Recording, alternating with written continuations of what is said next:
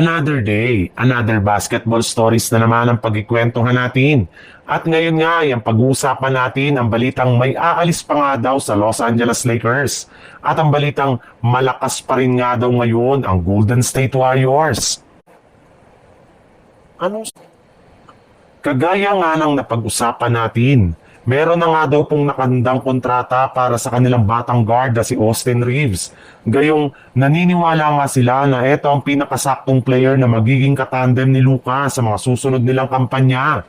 Ngunit meron man ngang mananatili ay meron rin naman ngang aalis, gayong inamin nga ng isang insider na bagamat man nga pwede nang bigyan ng contract ng Lakers si Rui Hachimura ay ayaw pa rin itong gawin.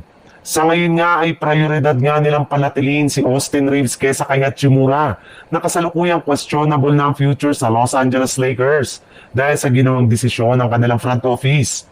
Sa madaling salita, pwede na nga gamitin ng Lakers si Hachimura bilang trade asset para makakuha sila ng mga bagong player na makakatulong sa kanilang kampanya next season.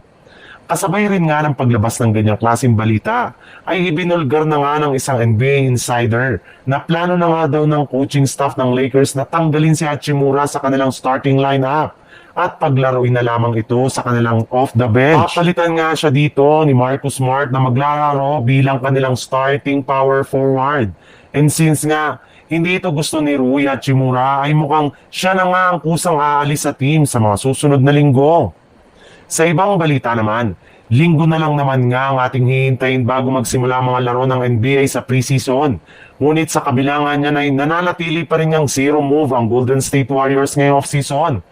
Kaya pinagtatawanan na nga sila ng mga fans at analyst gayong paano nga sila makakapag-compete sa kampyonato kung wala silang ginawang improvement sa kanilang lineup. Matatalo lang naman nga daw sila ng mga malalakas na koponan, especially sa Western Conference kapag hindi sila gumawa ng galaw.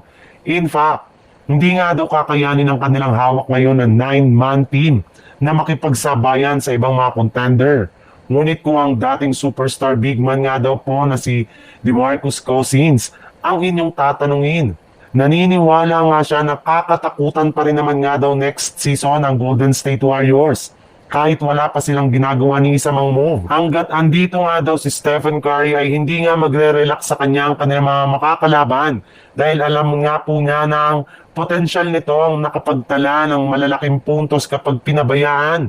Sapat pa rin naman nga daw ang kasalukuyan nilang lineup basta't ang kailangan lamang nga nilang gawin ngayon ay mapanatiling healthy ang kanilang superstar. Kapag nagawa nila yan, ay sigurado nga na silang papasok sa West Finals next year.